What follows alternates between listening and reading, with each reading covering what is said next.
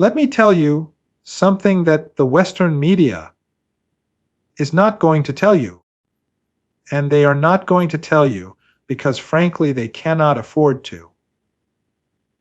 As of Monday, the 14th of April, 2026, the United States Navy, with all its aircraft carriers and destroyers, and its billions upon billions of dollars of called military supremacy, launched what Donald Trump called a complete blockade of Iranian ports around the Strait of Hormuz.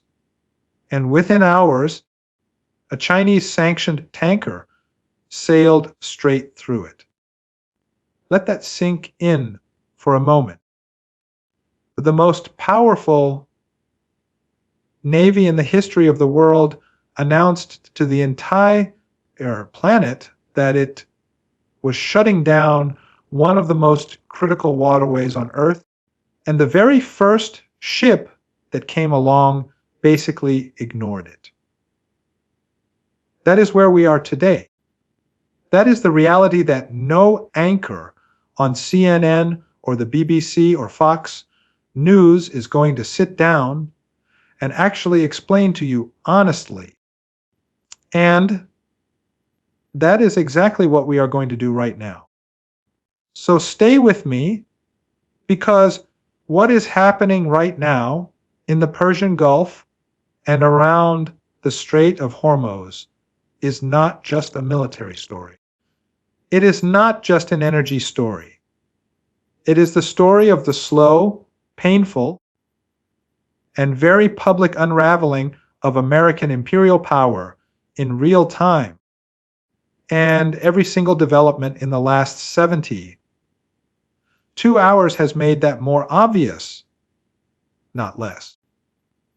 So let us start from where this crisis actually began, or rather where this latest chapter of it began, which is Islamabad.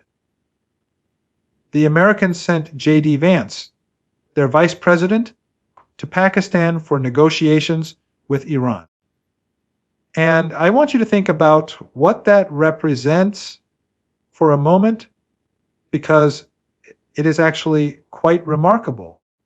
The United States, which told the world for months that Iran was finished, that Iran's navy was destroyed, that Iran had no missiles left, that Iran's underground facilities had been obliterated, that Iran was on the verge of unconditional surrender, that very same United States sent its vice president to sit across the table from Iranian negotiators in Islamabad, Pakistan.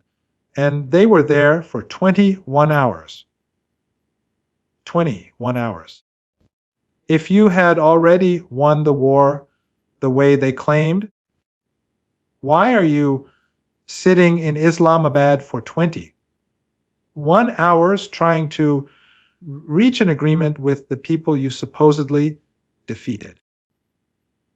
And now the story gets more interesting, because what happened inside those negotiations tells you everything you need to know about who is actually running American foreign policy. The Iranian delegation, from what those who were present have described, came prepared. They had their positions. They had the authority to speak. They did not need to make constant phone calls back to Tehran because they had the framework. They had done their homework. Compare that to what Vance was doing. Vance was making phone calls throughout the negotiations. And who was he calling? He was calling Trump. He was calling others. And according to what has been described by those close to the process, he was reporting to Netanyahu.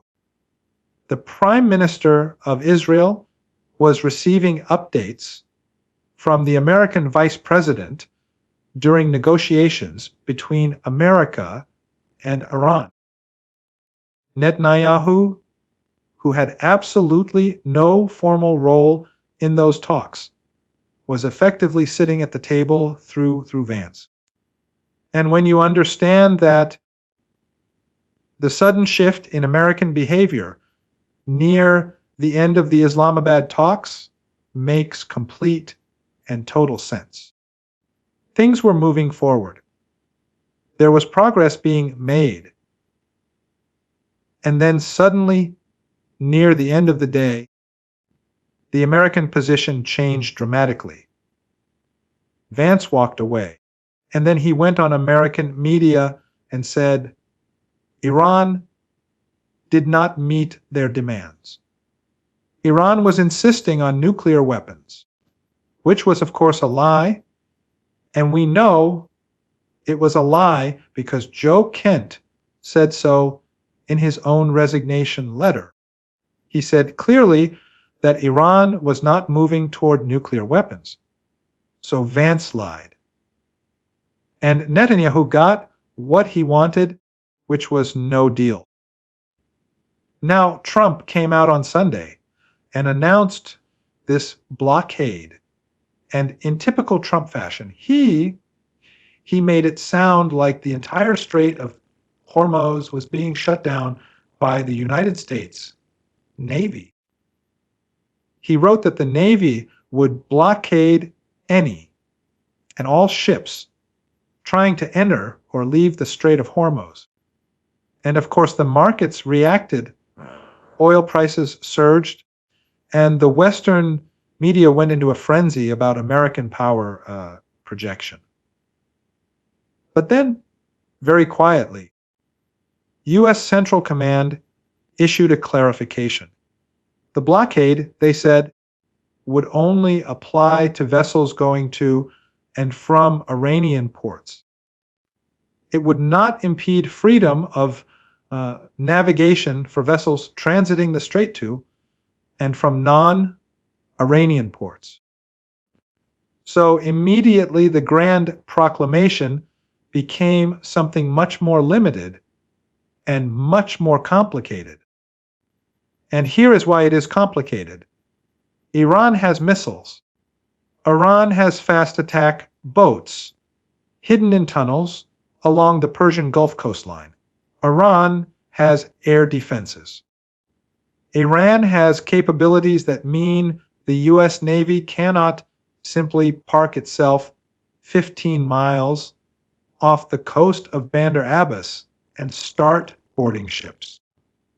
The Iranian Revolutionary Guard has already warned that any military vessels approaching the strait would be considered a violation of the ceasefire and would receive a firm response.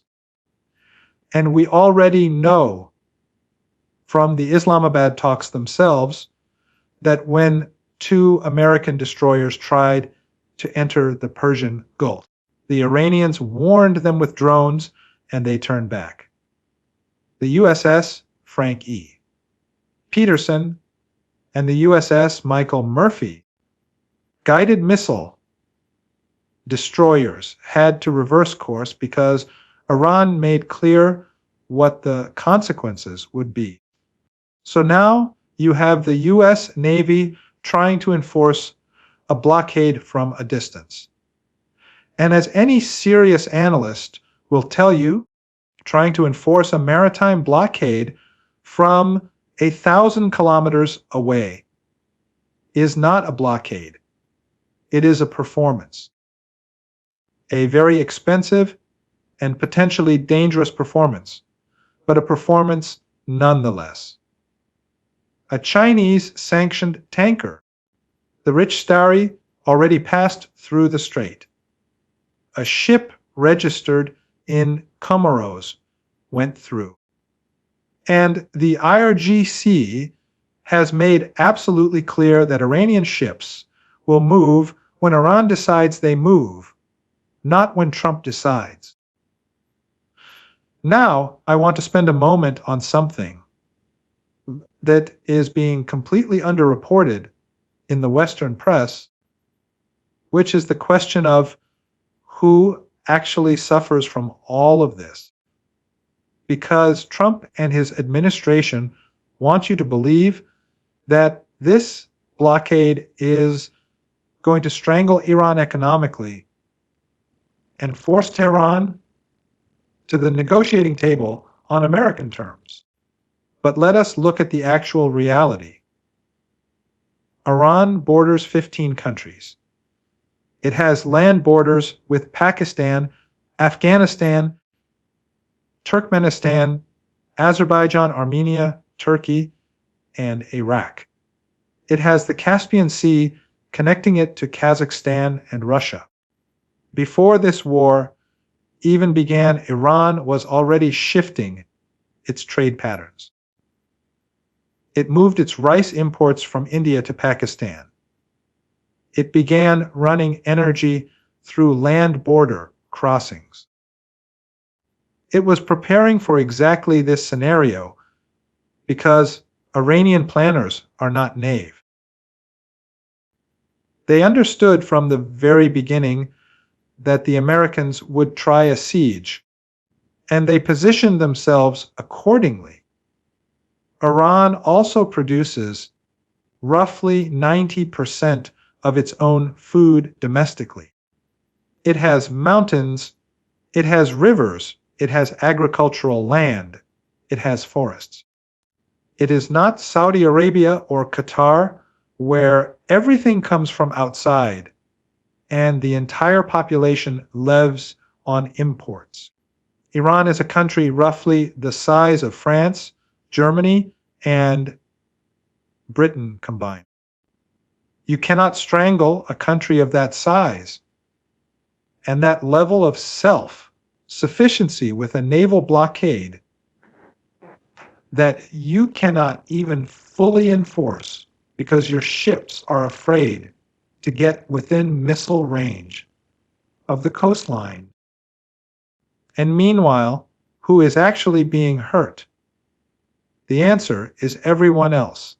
Oil prices are going up, not just for enemies of the United States, but for American consumers too.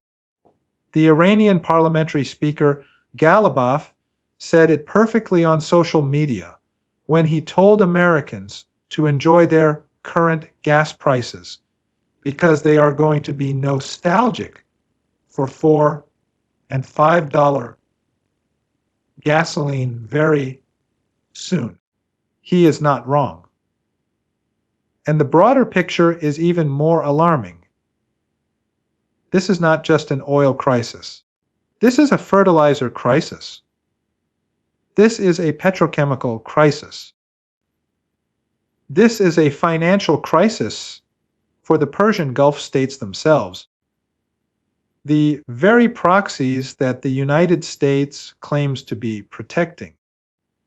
Saudi Arabia pumps most of its oil from the Persian Gulf. The UAE's port at Fujairah is now effectively cut off from Iranian shipping cooperation. These countries, these family dictatorships that the Americans have been milking for decades, are themselves going to suffer enormously from this blockade. And as summer approaches, and anyone who has been to the Gulf in summer knows what that means. The situation for these countries without stable energy and water infrastructure becomes extremely precarious very quickly. Let us be clear about something that the Western narrative gets completely wrong. It was not Iran that went to Islamabad looking for a way out. It was the United States. The Financial Times and others reported for weeks that Washington was reaching out to Tehran and not getting a response for quite some time. Iran was not rushing to the negotiating table. Why would Iran rush? because Iran understood from the beginning that time is on its side. The longer this goes on, the worse the economic situation becomes for the United States and for the global markets that Washington depends on. The longer this goes on, the more isolated American foreign policy becomes, with China calling the blockade dangerous and irresponsible, with Xi Jinping saying the world cannot revert to the law of the jungle, with France and Britain scrambling to organize a multinational maritime mission, with countries from India to South Korea to Japan watching their energy supplies get caught in an American Iranian standoff they had no role in creating. This is not a position of strength for Washington. This is a position of desperation dressed up in tough language. And Iran has options. If the United States tries to interdict Iranian tankers on the high seas, Iran can respond across the region. If the Gulf states allow their ports and territories to be used to enforce this blockade against Iran, Iran has already demonstrated that it can and will strike Gulf infrastructure. We saw that during the active phase of this conflict, Qatari LNG facilities, Saudi oil infrastructure, Kuwaiti assets all took hits. And that was during what the Americans called open warfare. The Iranians have made clear that if their shipping cannot operate, then no one's shipping will operate with the ease they expect. The Bab el Mandeb Strait is also on the table. Iran has friends and allies and influence across the region who understand that an American domination benefits them nothing.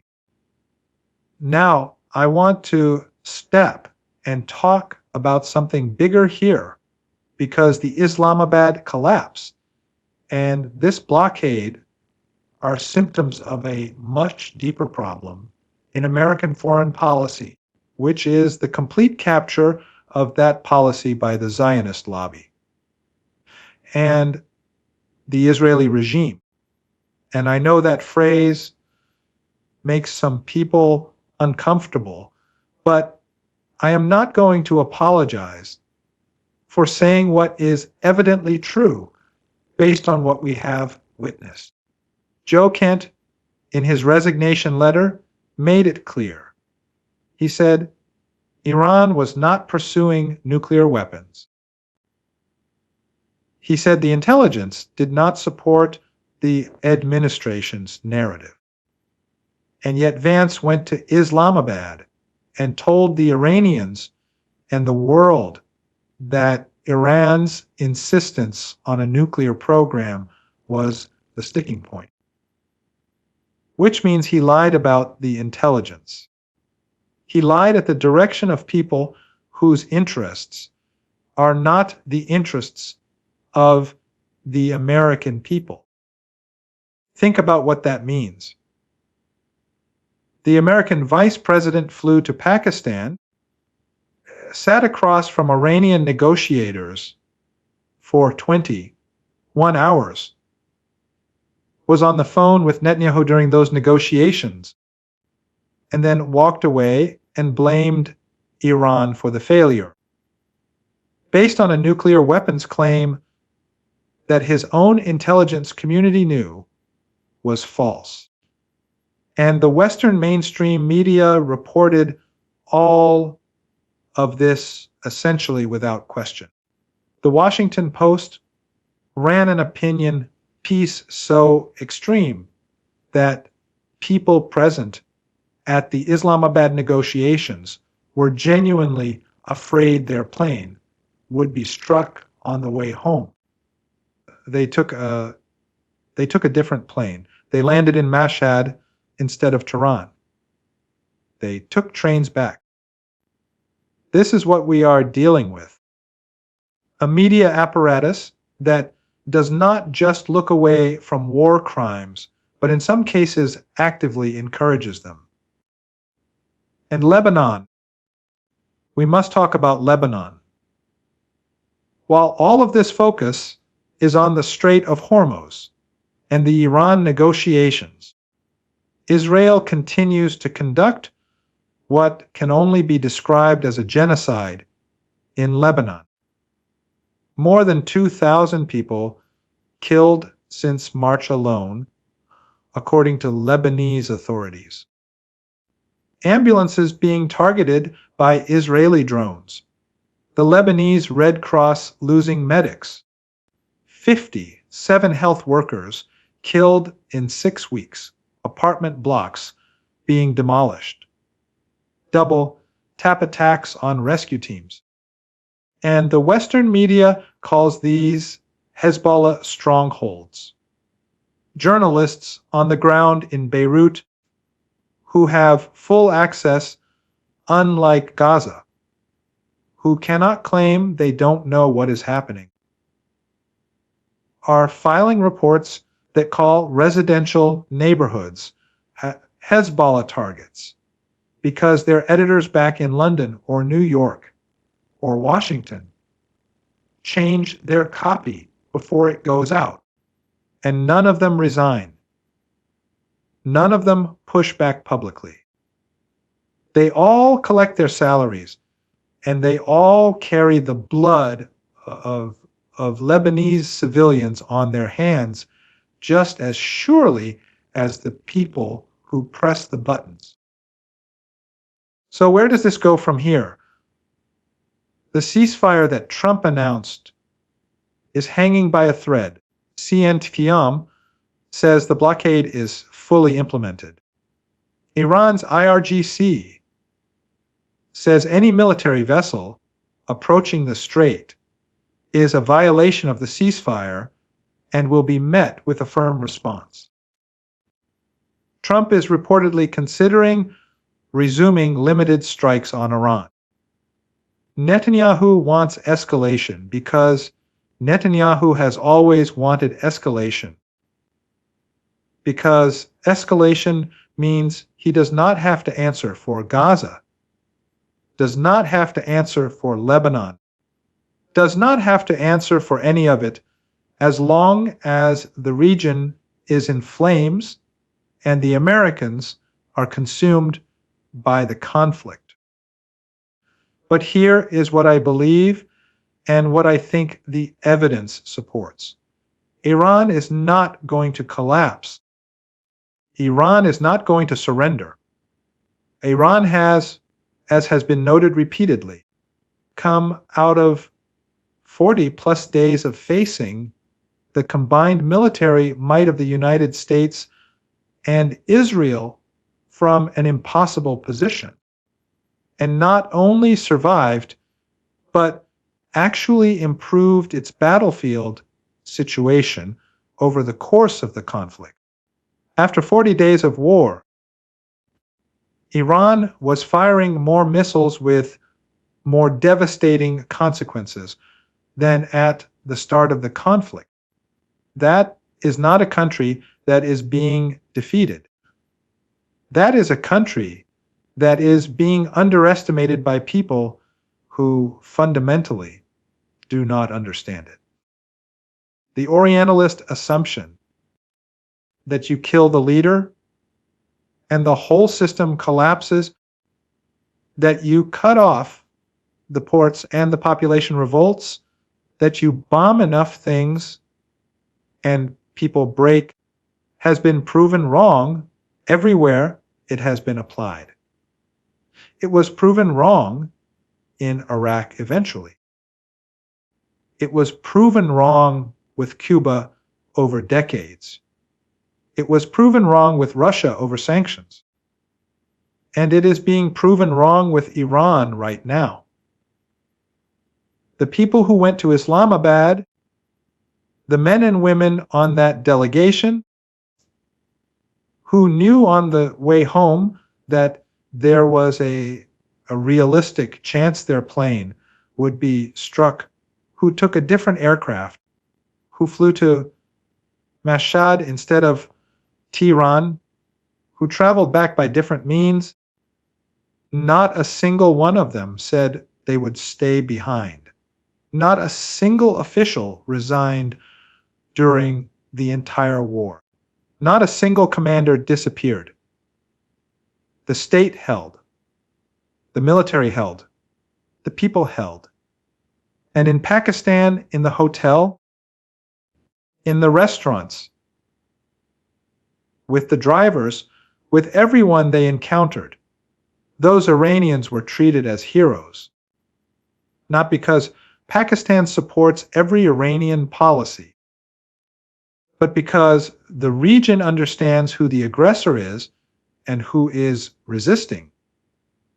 And across the world, from Beijing to New Delhi, to capitals in Asia and Africa and Latin America, the view is increasingly the same. The United States under Trump is not a reliable partner. It is not a predictable actor. It is not a country whose rules you can follow. Because Trump changes the rules in a social media post at 3 in the morning. And when you couple that with the blatant favoritism toward Israel, with Netanyahu effectively sitting in on American negotiations with Iran, with the genocide in Lebanon being actively facilitated by American military support and Western media silence, you have a global picture that is moving decisively away from American hegemony and toward a more multipolar world, whether Washington wants that or not. So let me close with this. When you see the headlines about this blockade, when you see Trump on Truth Social threatening to eliminate Iranian ships, when you see Vance going on television to talk about mistrust and how there has never been a meeting like Islamabad before, understand what you are actually watching. You are watching an empire in an advanced state of strategic decline, trying to use the one tool it has always relied on, military force and economic coercion, in a situation where that tool is no longer decisive. You are watching a policy that is controlled not by the American national interest, but by a foreign government's agenda being played out at enormous cost to American consumers, to the global economy, to the people of Lebanon, to the people of the Persian Gulf, and ultimately to the credibility of the United States itself. Iran is not going anywhere. Iran will outlast this blockade. Iran will rebuild whatever is damaged. Iran will continue to export its oil by land and sea and through partners who understand that American sanctions are not the law of the world. And the summer is coming, and the heat of the Gulf will settle on those family dictatorships that have bet everything on American protection. And we will see what that protection is actually worth when the infrastructure fails and the money runs out and the people in those countries start asking the questions they have been forbidden to ask. The writing is on the wall, not just for this blockade, for the entire project of American dominance in the Middle East. And no aircraft carrier however impressive it looks in photographs, changes that fundamental reality. Hit the like button. Share this video. Make people aware of what is actually happening. Western media is trying to hide it. Social media platforms are suppressing it. The only way this information travels is through you. We will see you in the next one.